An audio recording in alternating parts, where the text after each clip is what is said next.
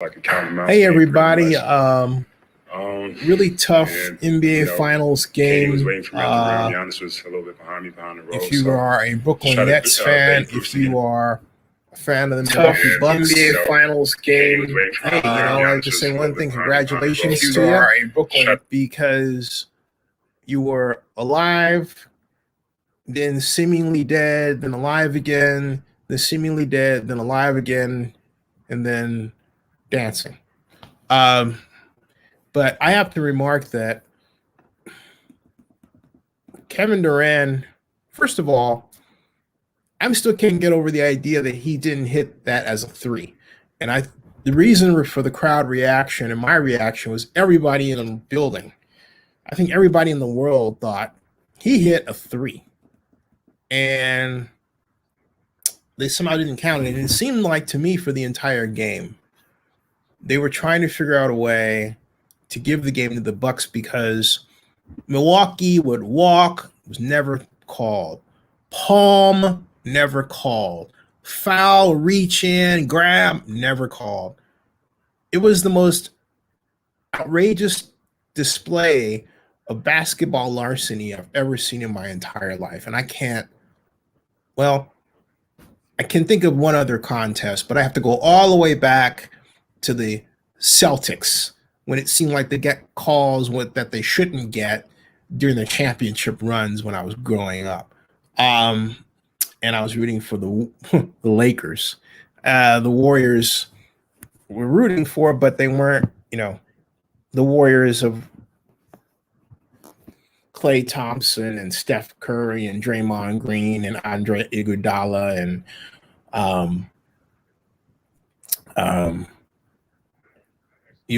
all the greats that are household names today with the Golden State. Some are injured, some are no longer, with them and all that. But that, in fact, as I think about that nucleus of Warriors, there wasn't a time when you look around and say, well, gee, they won because they got the calls, because of their style of play. It wasn't close in basketball. It was shooting threes from a distance in space, which means that you're not worried about trying to get a call. I'm not saying they didn't play an inside game. This is different. The other thing that bothers me is when Kevin Durant is stressed out and he's injured, you know what? Instead of passing the ball to somebody else, he freaking hogs the ball and he goes into this tunnel vision where he's trying to force himself to make plays he doesn't really feel like making. He knows he's spent. He knows he's hurt. He knows it's crunch time. He knows that something needs to be done because the seconds are clicking. And instead of making a decisive decision to pass the ball, I don't know what the coach told him to do. He made the decision to keep it and shoot an air ball. So when you see that happening, Kevin Durant is not only not himself, he's hurt, right? And that was the Brooklyn Nets swan song the entire season. Let's go to the press conference that's in progress right now on Twitter and find out what's going on here. And obviously, what do you think was the difference tonight? Definitely, probably offensive rebounds. I think Lopez had a couple of free throws. They had one in the fourth, or I think it was the fourth.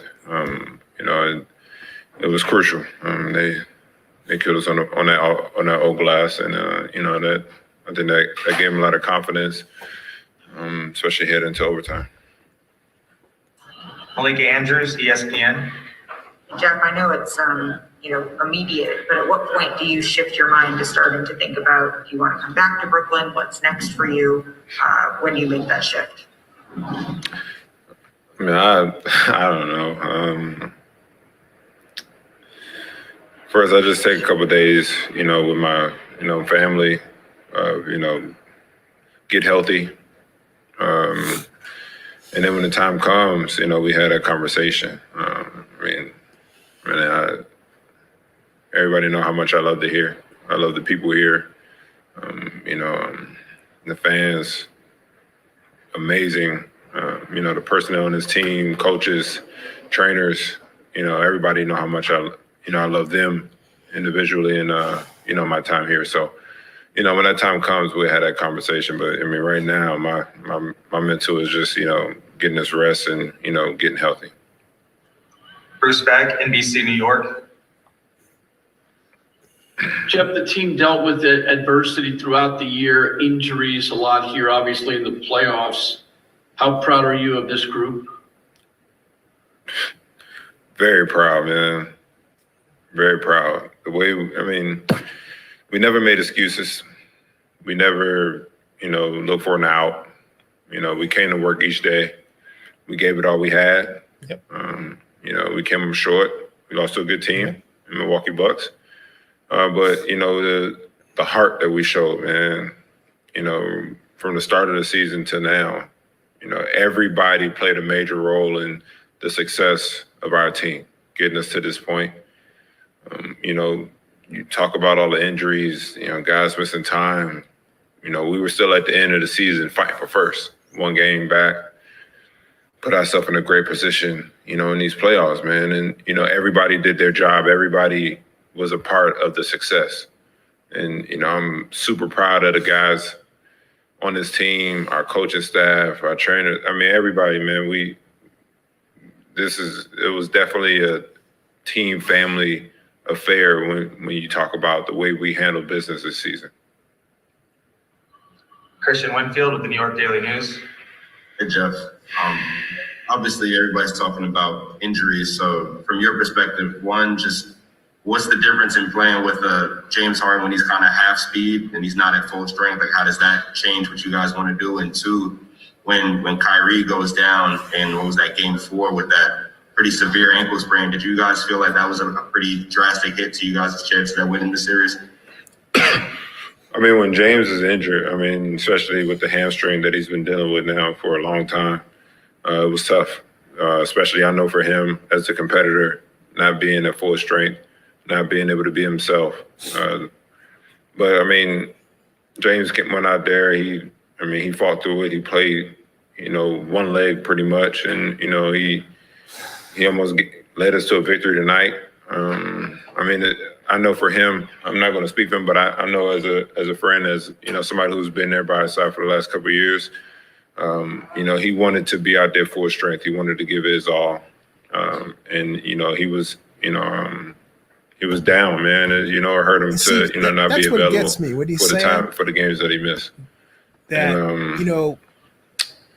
They basically got out of the way for their stars. I forgot your second question, to be honest rather than realizing, when Kyrie goes down, it's on me too. Yeah, It's like they're it definitely was spectators to tough. their own fate. We've been fighting all year to get everybody healthy, and at the time that we, just saying, okay. It's like they're spectators. Was getting there to their own fate. From myself, from That's James. the only way I can describe it. It strikes again, but it was next man up for us, and we battled.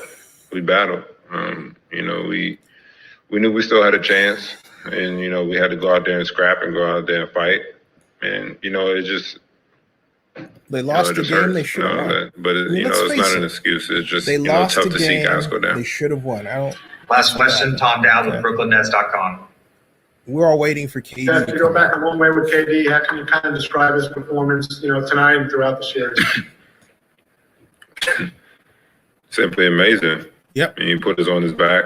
Yep. He, for multiple games now, led us. Yep. Gave us, great hope. Gave us all he had. He did everything possible to, keep us right there. Couldn't ask for more. That's about it, man.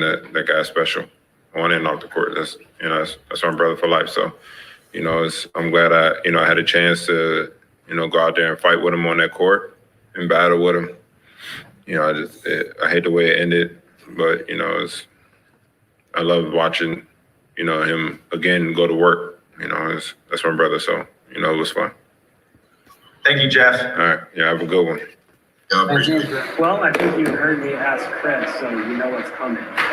Just what's going through your head? You see that shot this All right, so my point I is think it was a slap of the floor, which I they find a are, little bit strange. But after they're that, clearly just shell-shocked. kind of celebrating, I don't blame them. enjoying that moment. Please. Yeah, obviously we worked so hard through the whole series. It was a lot of fun. It went back and forth. They were incredible. So it was just in that moment, I was obviously excited. I was definitely riding a high. And it was just a great moment. Can you take me through the block that you get late?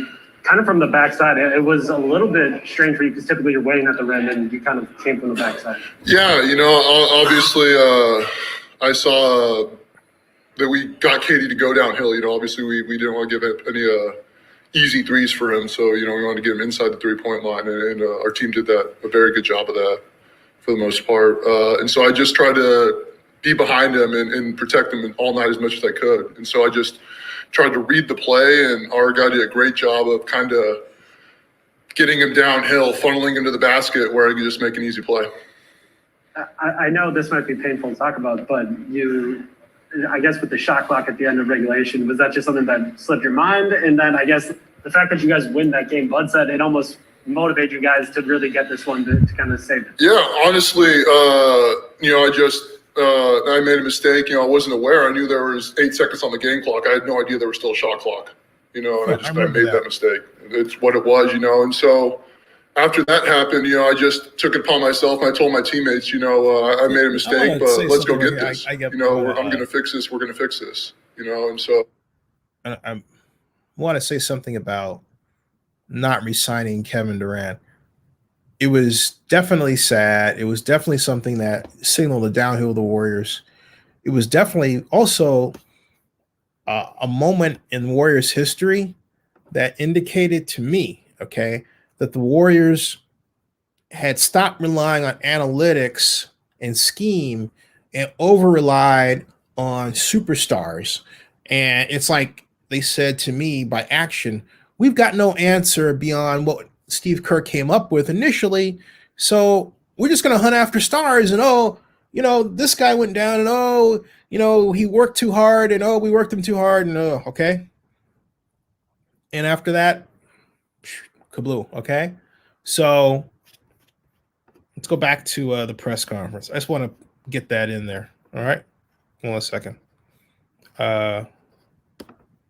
Conference. I know Philly and Atlanta have a game 7, but whoever wins, we just got to keep focusing on us, keep focusing on ourselves. That's the big important thing.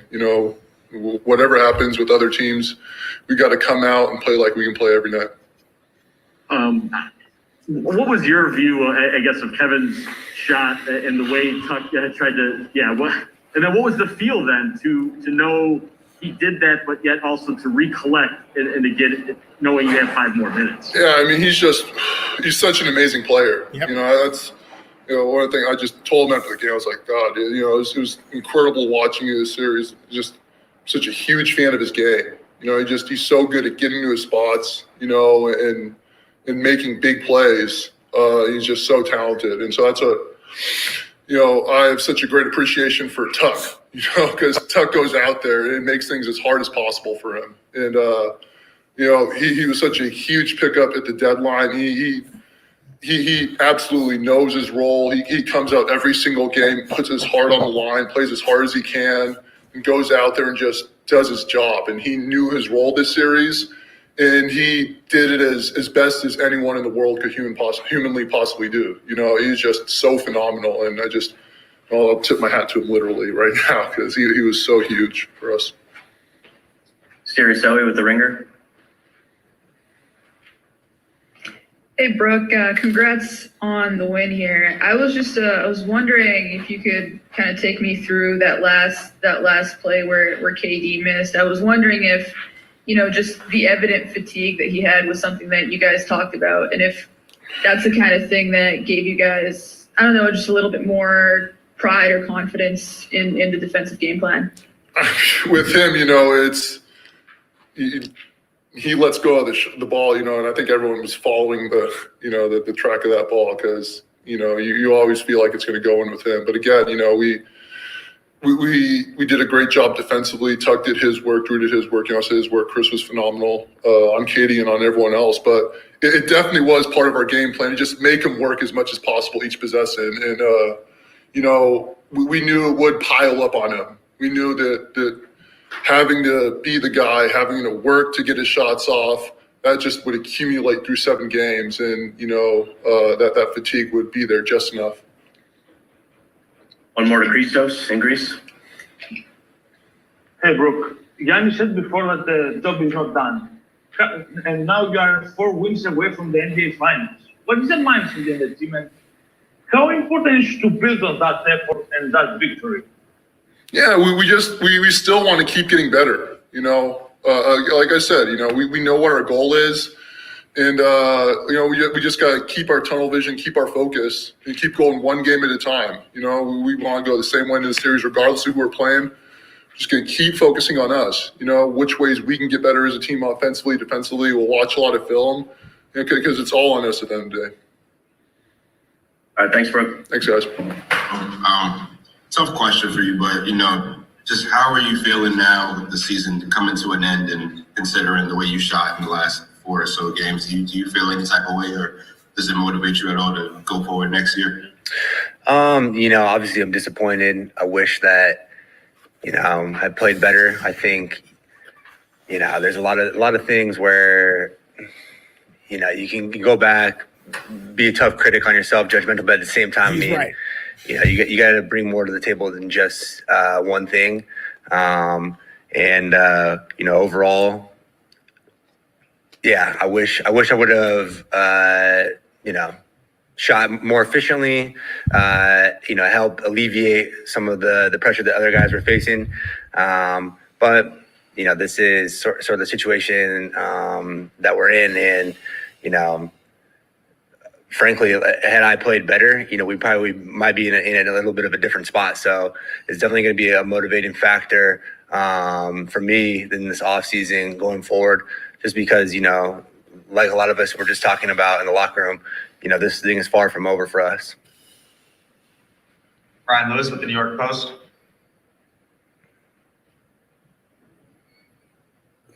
She Hey, left Joe, the building. I'm wondering if, in your mind, guys are playing a lot of minutes. It was a heavy workload. Was that fatigue in the overtime period where you guys shot 1 of 12, or was that something else in your mind? I'm going over the scores. Yeah, you can factor that in for sure, stats. but I think at the end of the day, we just didn't get execute probably when we should have. We didn't necessarily take some of the cleanest looks. I think early in the overtime period, we got some good looks at it, but I wouldn't necessarily blame it on fatigue. I think it's just focus, whatever it might be. But I wouldn't necessarily just put it on fatigue. Obviously we did play a lot of minutes, and guys' workload was huge. You're looking at right now, like Kevin playing 53, James 53, Bruce 52. You get to the 7th game in a series that's already been banging on people this entire time. I think both sides were a little gassed, but that's when you have to step up and make plays, and they obviously made more than us down the stretch. Water, right? But Blake making Andrews, sure ESPN. the weight Joe, is when you distributed, mentioned- okay? Excuse me, when you mentioned All I'm that, saying. you were just talking about the series or this run that you guys could potentially go on is far from over for you all. I'm wondering how quickly that shifted. Steve Nash was talking about how much it hurts, but what was that shift within the locker room of this hurts, but also this is our path forward? It wasn't necessarily even anything that was spoken. I think it was more. I'm waiting for KD. You're waiting for KD. You're not here for the entire press conference. You want to talk about what happened, so do I. So I'm gonna do this. I'm gonna put that like that, right? So that it's smaller. So when KD comes in, we can shift it around and hear what he has to say, because he knows he's the star, and he knows everybody's waiting for him. And he knows everyone has a lot of questions, and he's going to be out to answer them, okay? But I'd like to know what you think about what happened. I have to admit that I'm really sad. being a fan of this super team that was put together, that it did not reach its potential because of injuries. I mean, consider this game. Hey, Uncle Drew was on the bench, okay? In his jersey clapping. You know, Uncle Drew, if you don't know, is Kyrie Irving, because he played Uncle Drew in these commercials a few years ago. All right. Kevin Durant was mostly healthy, well enough to play at a superior level. James Harden was still a shadow of his normal self, yet well enough to play. But the simple fact that I said that means that their bench, their other two in the starting five, were afterthoughts. Do you know their names? Okay. Do you know the names of the Brooklyn Nets starting five other than James Harden, Kevin Durant, and the great Uncle Drew? Do you know? Can you rattle them off without looking up on the internet? You know, I'm typing right now. Brooklyn Nets. Okay, Brooklyn Nets starting five. Okay, and it underscores the point. You know, when you don't have, okay, you got James Harden, Kyrie Irving. All right. Joe Harris, Bruce Brown, and Kevin Durant, right? Okay. So James Harden, Kyrie Irving, Joe Harris, Bruce Brown, Kevin Durant. All right. So you got James Harden, Kyrie Irving, right? That's it. Okay. So Bruce Brown, heroics on occasion, Joe Harris, okay. But, and then where's the bench, right? Timothy Cabral, occasionally flashy contributor. So is true for Elise Johnson. All right, but Nets spent so much time getting the ball to those three, and admittedly, those three are stars by a gigantic Hall of Fame level measure, that they didn't seem to develop around their bench. Let's see what we've got now in the room here as we talk. Okay, let's go back to the press conference here. Okay. He was like 1 foot or like step back. When he spent, he threw me off, and that shot was incredible. Like, I don't think people really appreciate the level of difficulty of that shot. Like, I've never. It was incredible. And I laughed. I actually just laughed after he made it because it was incredible. So I actually appreciated being a fan of the game. You see somebody make that kind of shot. Just you got to appreciate it. Even though it's on you, you got to appreciate it. Well, knowing that, how did you watch Chris and then Drew take their turns at the end of? Yeah, it was great because I knew what they were going to. They were going to just hand off the baton, man. They just going to do the same thing. Try to pick them up, try to turn them, try to get them to speed up, and leave it all out there. And they both did. That's what they do. And that's the beauty of our team. We got so many guys that can guard and make it tough on people. And we just see, that's what I'm talking about. That's the beauty of our team. You said the other day that offense for you is definitely secondary. However, the way the game started for your team shooting-wise, all of your points and offense were needed. What was your thought in your mindset, I guess, early on? A couple drives to the rim and obviously some threes. That's the thing with Giannis. People are going to load up. They got to load up on him. Because nobody can really guard him one-on-one. So they had to paint. I mean, you could tell that was their game plan, to make him try to give it up. And they packed the paint, and we got a lot of good looks early. A lot of them we didn't make, but we got all the shots that we wanted. And I think people will continue to get those because you have to load up on Giannis, especially in transition when he's pushing the ball. It's tough. Eric Nave?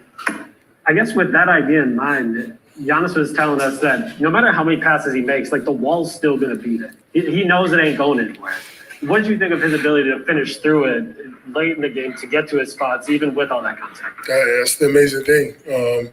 He still gets through the walls and still figures his way. Even making shots, people are going to be there. They're going to try to make other people beat him. But he still picks and chooses his spots, especially in transition. And let's not forget that Giannis, open floor, it just opens everything else for everybody else. It looked like Giannis was spent. He was down like this. For everybody. So he was breathing hard. Key to us. He was tired. I know I was talking to Giannis about the adjustment to put him on Bruce Brown, where he was put it into another gear. He said, I was happy when that I thought back that gear did not exist. You hear me? He did a good job. He stepped up and was able to, try to get guys back downhill. Great players test shots are great when it matters the most. Being able to switch that to kind of eliminate people. Kevin Durant's great when it matters the most. That's a big key for us. To be able to switch our defenses up a little bit to get teams a different look when they make adjustments. I think that's key. We got so many people that can defend. Greatness going up against greatness. Young greatness, pretty much any way greatness. you want it, we can do well, it. So not old, it's a big advantage of ours. Speaking of that, Brooke has a block that's unusual for him. He doesn't normally get that one coming across. Just what did you see defensively? Normally he's waiting there at the rim. And I've seen Brooke get every block. I don't know if never got that block. He gets all the blocks. I don't know how he does it, but he does. That block was amazing. And the way he played that was amazing. We always talk about, different things you want to do, especially with KD, getting downhill and being up, being back. It's so much every possession. It changes so much.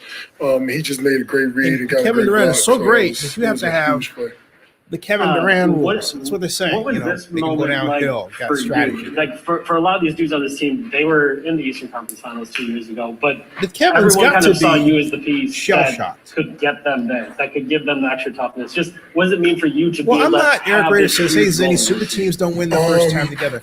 Actually, that's not true. It's a lot. It is. It really address is a lot that for me. for a second. The way my season started. Because that's not that's not true. Because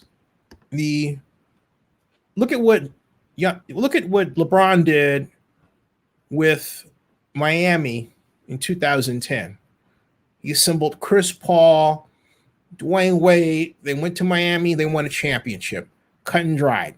It was LeBron James has to be credited with the super team concept without question. All right. So no, super teams do work. Okay. But you have to have the right combination of scheme. Eric says he lost first year versus the Mavericks. Okay. Granted. But he got there. Okay. I mean, in fact, the simple fact that you had to say that proves my point. He got to the finals and they went back. They were dominant. So super teams do win. I mean, the question is when you say win, at what win? The super teams, okay, not saying they don't work. Yeah, but you know what? I will take a super team. I will assemble a super team. My point is that scheme is more important. I'm not saying scheme is more important than super team. Okay. And the Warriors proved that because when Steve Kerr came in as coach, I made a video saying basically they fired Mark Jackson for race issues. And when you look back at that, that's certainly what came down. Style, you could say, well, it's a matter of style. Well, that points to his being black and there being Joe Lacob and Peter Guber, who I know them, okay?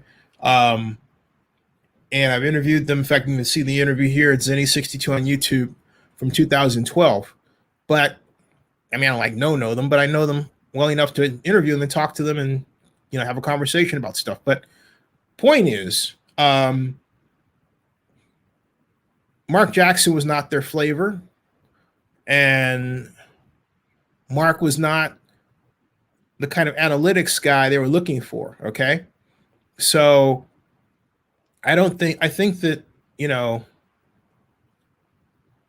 it's not that, and I disagree with you about the words being unselfish, because Steph and Clay and the other guys, they look, coaches dictate. I want to make one thing clear here, okay?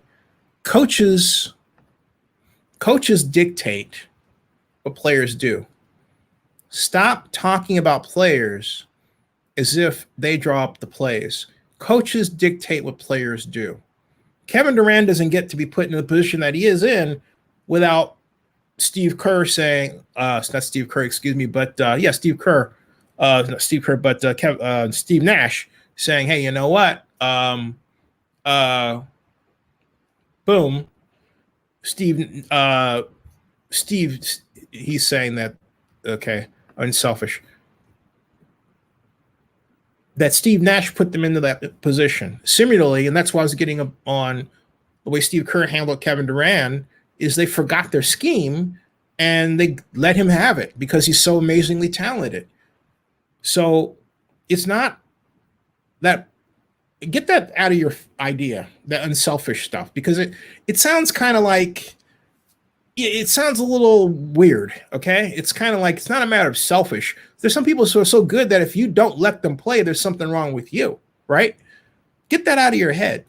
It's the scheme. And take some time to just go and type, like, for example, Warriors motion offense. What is that? Okay? All right? He says, I agree that coaches are very important. Coaches are it. You can't coach. You can't have a team without a coach. This isn't Sandlot. This isn't the pickup basketball games we used to play in the Robinsons' backyard, or actually garage back in Chicago, okay? This is not that at all, okay? At all.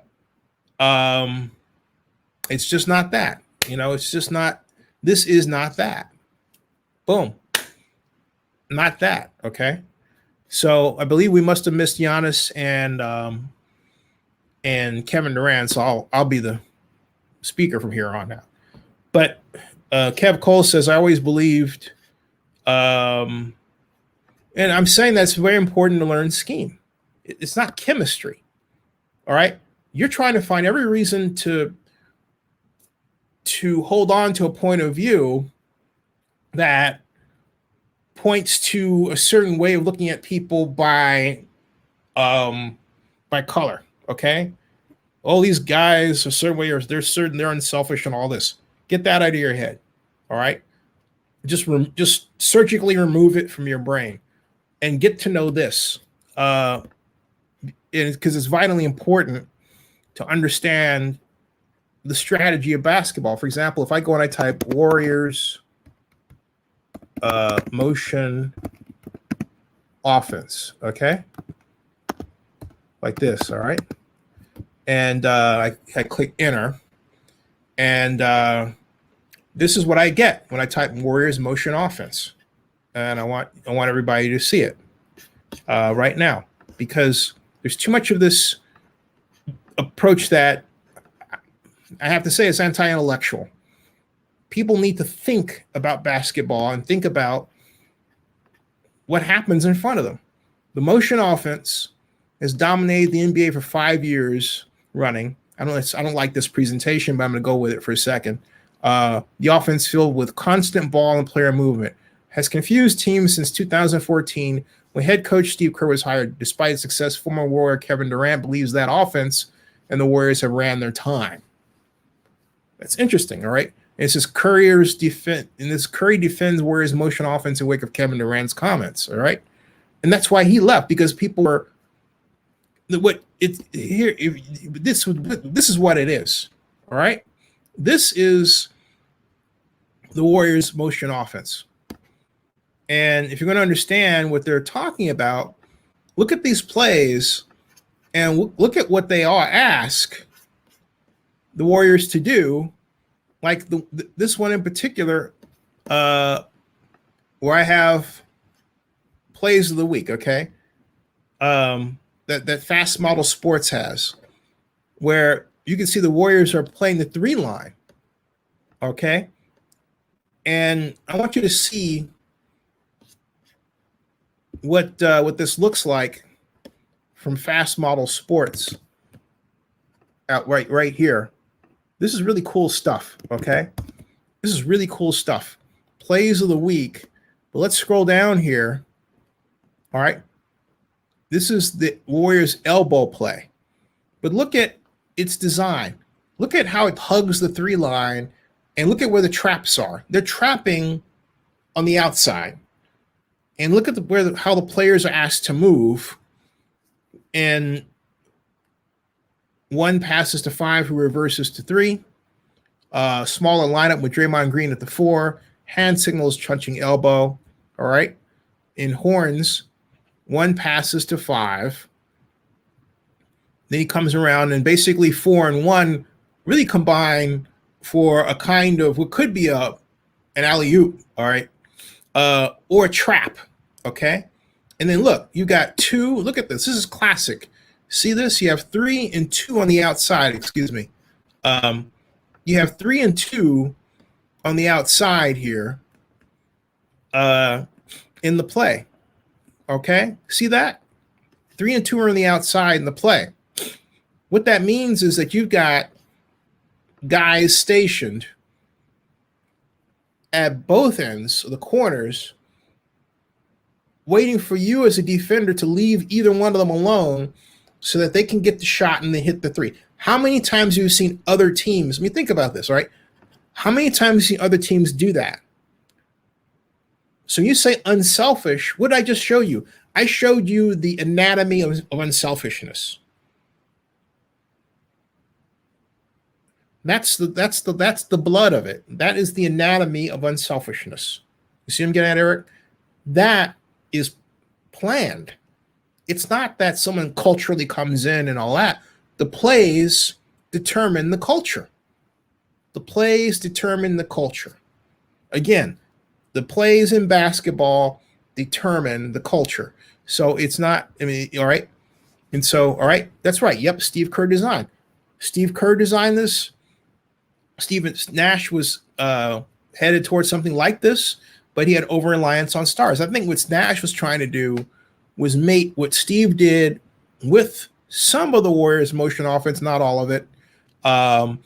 And in the end, he basically wound up dying by the same sword the Warriors died on when they over-relied on Kevin Durant.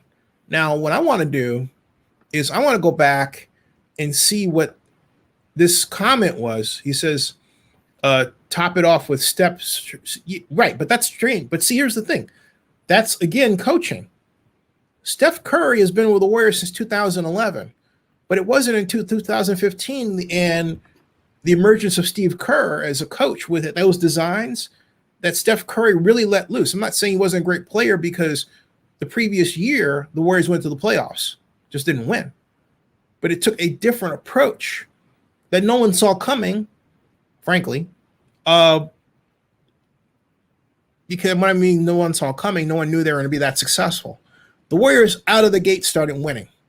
It wasn't like they were getting used to it. They won from literally day one and for the next 17 straight games.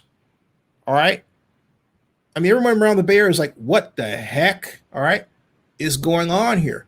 But look, Steph Curry, who early on lived about other side of Lake Merritt from me, I would walk around there, right?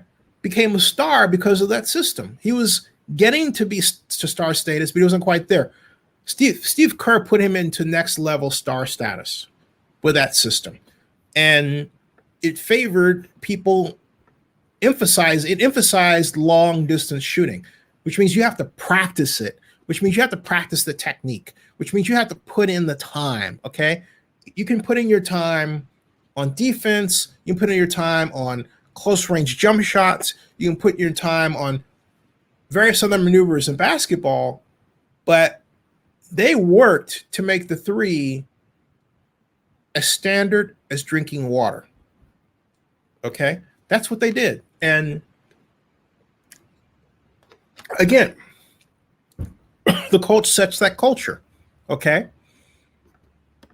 And, you know, to prove my point further, he says that they also got rid of Monte Ellis. I don't know. I think Mark Jackson's an awesome coach. I don't think that the whole matter of religious status and all that was why they got rid of him. I think that's a media that is a white male media position.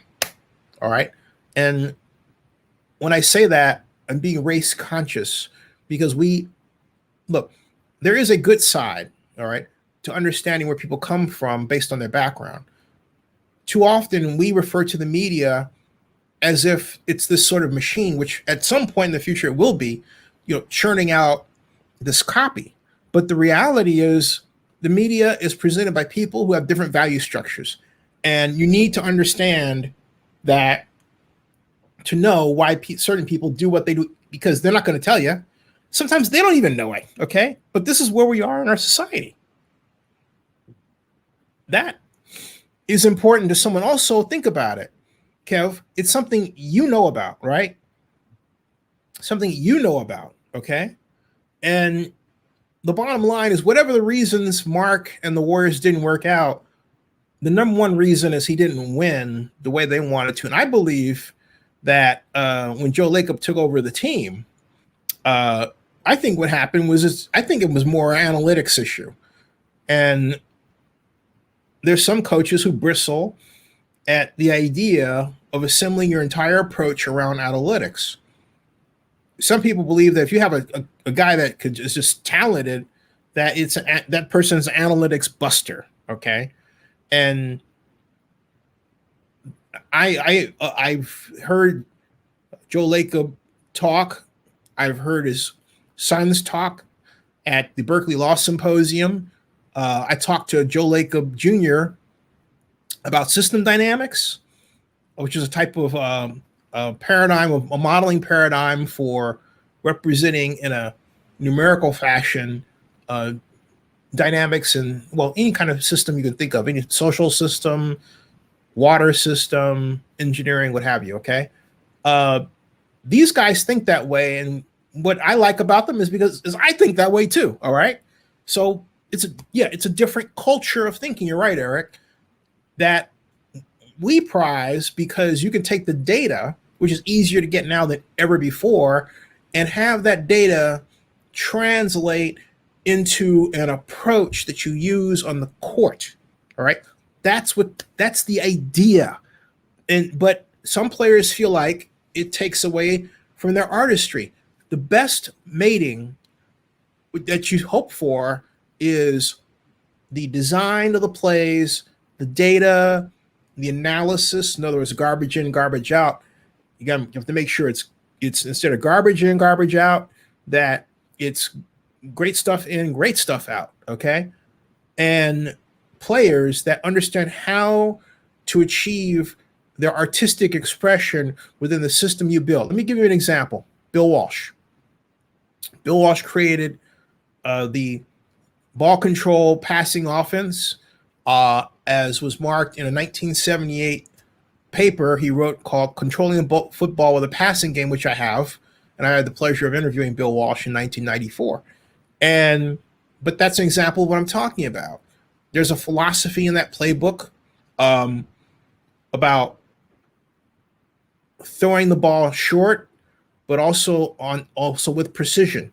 And he really drills that. Bill is, more a precision, person. All right.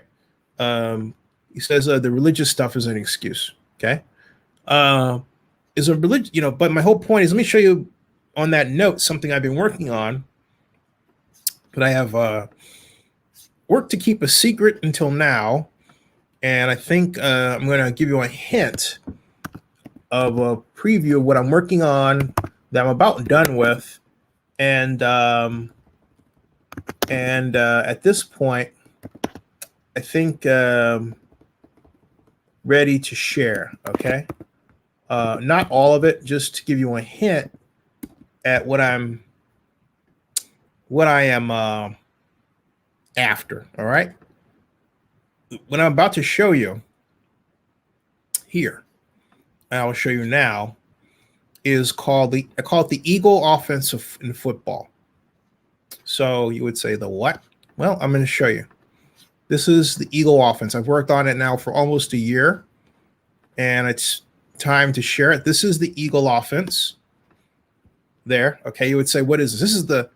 There are 57 plays in this. They're all based around a formation set that basically goes like this. You've got, I probably should draw right on the document itself. So let me get the document, move it over here, and then draw on. Okay, where I have, that's obviously the quarterback, but this is the halfback. That is the fullback. That's the flanker and the split end. The tight end is over here, split out wide. All right. So already you see that we have what's called an asymmetric offense. We have the concept side and what I call the play side. In other words, concept side, because you have to have a rule of coordinated patterns for these players because they're simply so close together. But the real objective of this offense is so that the quarterback takes one step back, knows where the ball was going to go before the snap, and then after that, just one step or hitch step releases. In this instance, our primary receiver is the tight end on the weak side running the fly. But if the quarterback here, like this, is kicked down, right, and going with him like that, that's what we expect. Or even up here, right? This is where you throw immediately. Boom. And coming in motion. So ball is snapped. This ball comes out immediately, hits the halfback in stride. As you can see, there's no one immediately covering the halfback. The halfback is behind this line of scrimmage and runs. 1, 2, and then 3 is here because we're exploiting a gap between here and here that will be naturally open. We want inside position and go up. Not open, we have the alert over here. And then, of course, this by the time the quarterback, generally we don't ask to pay attention to this side in this instance, okay? But the objective here is based on an offense that I have been really in love with for years.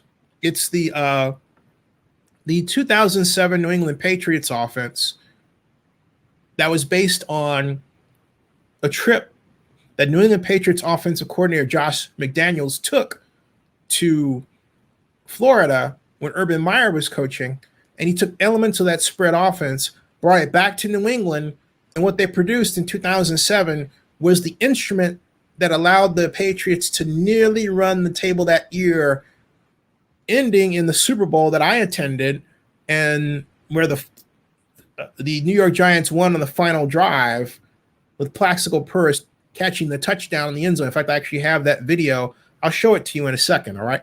Love that game. But point I'm making is that what I'm working on here, the idea is to be used, this play isn't the only one in this set. There's 50 of them. But the idea for these plays to be used without a huddle. You can also use them with a huddle.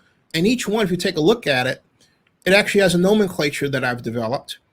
And let's get a larger look. This is called Eagle Right, H-Fly Motion Belly, 1 Cross Fly Pass. Why that name? We call it Eagle because of the formation. The rule of the formation, as you can see, take a good look here. The split in here and the flanker are both beyond the numbers. Why?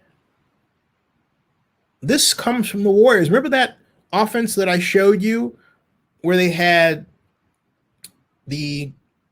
quite literally the guards in the corner, okay? All right? This is the football version of the Warriors offense, all right? We have these guys stationed out here. Also, it comes from what Art Briles is doing at Baylor. But we have these guys stationed out here to stretch the defense, sideline to sideline, and we quite literally work the quick pass and the middle. And our play variation is based on this overarching concept of stretch and short, quick passes. All right. And the idea is we're essentially creating holes for the quarterback and the defense and the offense to exploit, holes in the defense for the quarterback and the offense to exploit. That's the overarching idea. All right. How we execute it is where the minutia comes in. And so what we're doing here is we have the specific rules, as you can see, but the eagle formation is called that because on this side we have the eagle, the wing. That's what I call it. So it's eagle right. Why? Because the players that form the wing are on the right here. Okay, eagle right, H fly. Why? He's flying. This flying is a term that I got from Tom Landry and the Dallas Cowboys and their use of motion terms, which was then borrowed by the 49ers. And the common term of fly, it works like this.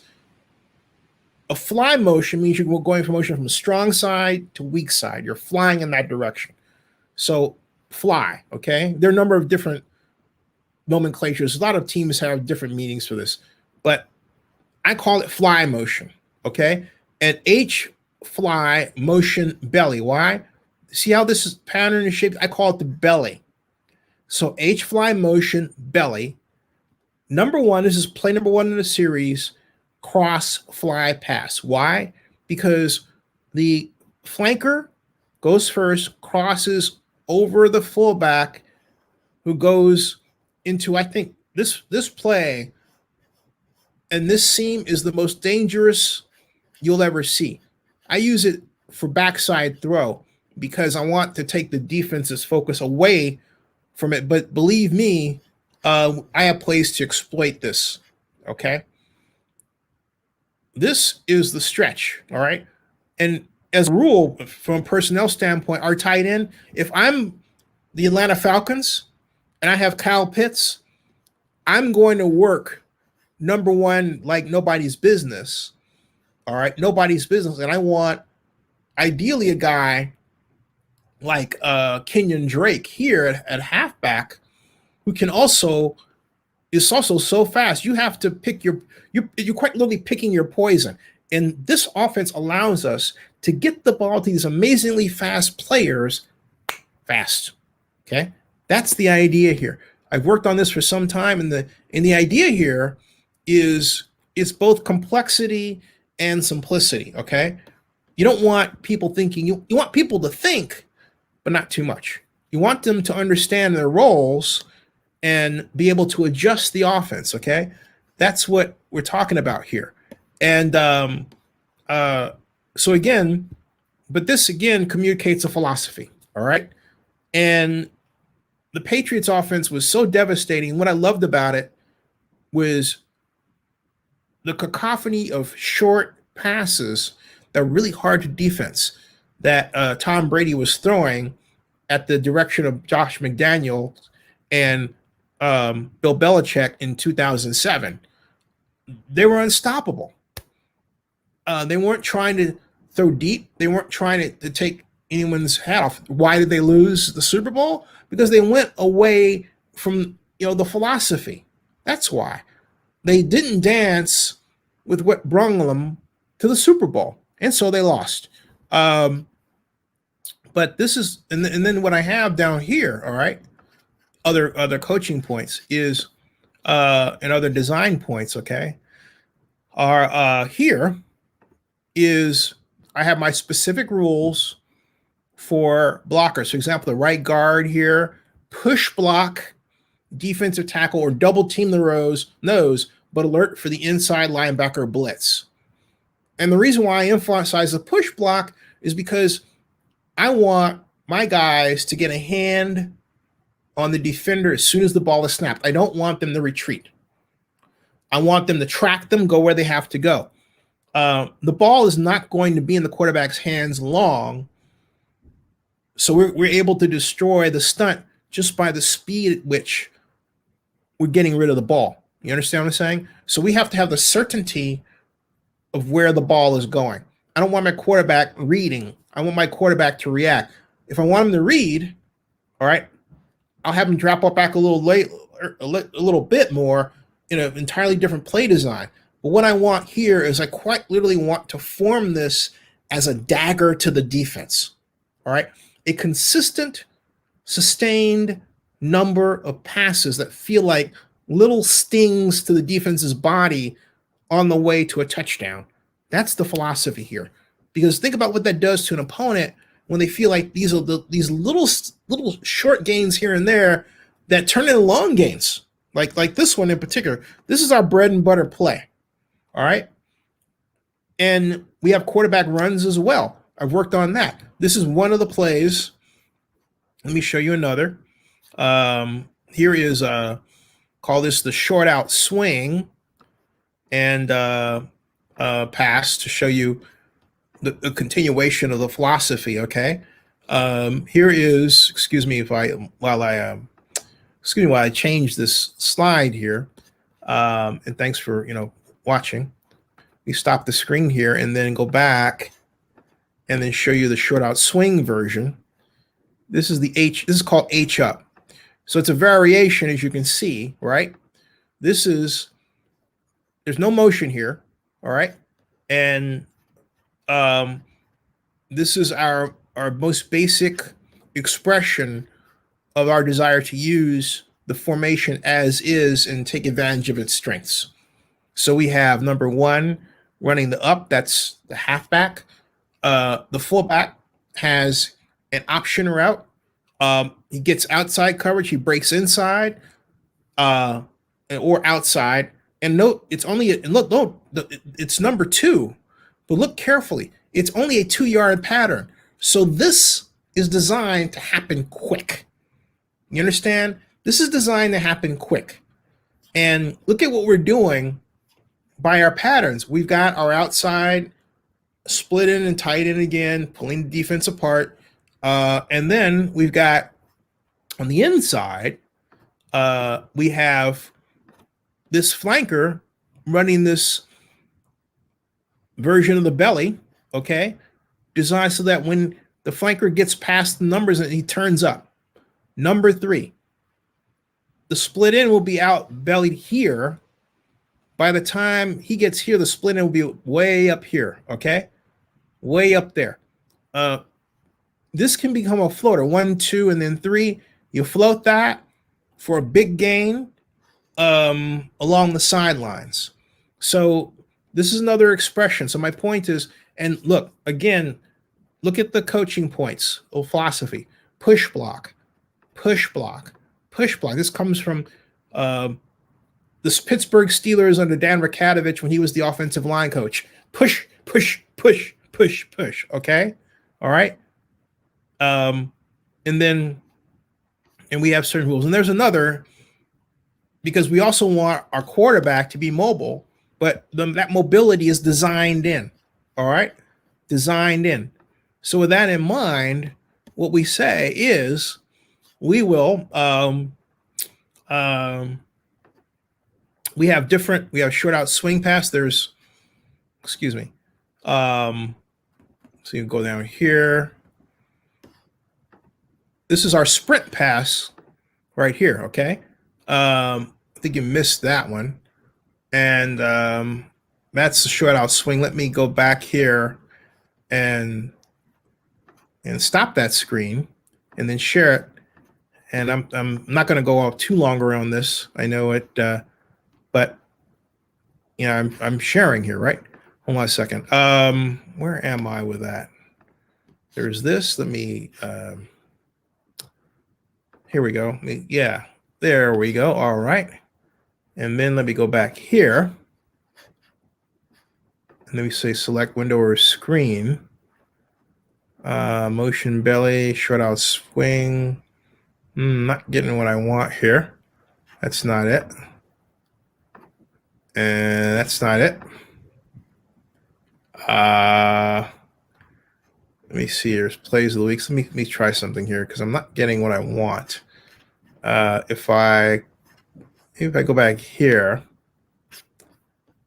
and close this one, and then close this one, and then maybe I'll be left with the other one. Okay, so let's see. No, it's not. Still not letting me show it as an alternative, which is most unfortunate. Here, it's not. So, let me allow this anyway, and then go back here and share it. Share screen. Maybe I'll get what I want. Share screen. There. It's not giving me what I want. You can't always get what you want, but if you try some time, you might find you get what you need, right? So they say. Let's see here. We've got, yeah, it's definitely not getting, it's frozen in there for whatever reason. Okay, I think it's the RAM. I've taxed my RAM with all these diagrams. All right, but let me just say that's probably just a signal that I need to close this out. But point that I'm making is we have sprint pass. We have a pass that I'm in love with. It's called the I'm in love with all of these aspects of the offense that I created, but this one is another one of my favorites. It's called Eagle Right HB Motion 2. Okay, and you say, why is it 2? Because the halfback is motioning to the 2 position on the weak side, and then running in the belly from there. We don't call it out there. We just say HB Motion 2 and then sprint pass. Why? Because the quarterback takes a step in the direction of the halfback. And number 1 is that halfback, which is getting a running start from the 2 position. But we have the split end running an option, either fly or coming inside, because our seam route, but we also have the flanker on the other side running a slant pass, which if he gets inside position becomes an up pass. We want to just run the seam up over the head of the defender. And then, of course, we've got the fullback running the belly on the other side. And then, of course, we have the split end running the fly on that. We have alert. Okay. So, but the whole point is to get the defense to move with the quarterback, thinking the quarterback's going to run. And we take advantage of the halfback running fast out from the motion. Hence, we have the fly motion there, and installed there, but fly motion to the 2 position. Okay, to the weak side, fly motion to the 2 position. Then snap of the ball from the 2 position, go there. And the reason I'm experimenting with that 2 position is I'm really in love with this position motioning and what you can do from there. All right. So I've described all that to you in the air. But my point is from this exercise is that scheme dictates what players do. All right. You drop the schemes and you think about the philosophy. It doesn't matter if it's basketball, football, hockey, soccer. All of them have plays and philosophies. That dictates what players do. The question for you is, at what point do you let a super talented player break your scheme? And if you know how to break that, if you know the sweet spot to find where you allow the player to break your scheme and achieve success, then you will go a long way. That is a very hard thing to do. Bill Walsh called it like this. He said, there are some players that are so good that they transcend the rules. He said that then New England Patriots tight end Russ Francis was one of those people. We have a number of people today who are that good on offense and defense. And for example, Patrick Mahomes transcends the rules. There are plays that Mahomes runs that prior to Patrick Mahomes, a coach like myself or somebody else would never ask their quarterback to throw off their back foot across field, okay? Be yelling at him, but it works. Sidearmed, all right? It works. He has a style that works for him, and a person like myself would be a stupid fool to criticize him for doing it if it works. What you do is you design the plays around him, right? It's a delicate balance. You have the culture. When you find a player that's a culture breaker because they're so talented, you have to know when to not break the player, but adjust your culture to the player and maybe break your culture a little. All right. Subscribe to Zenny62 and bookmark oaklandnewsnow.com. That ends this broadcast. See ya.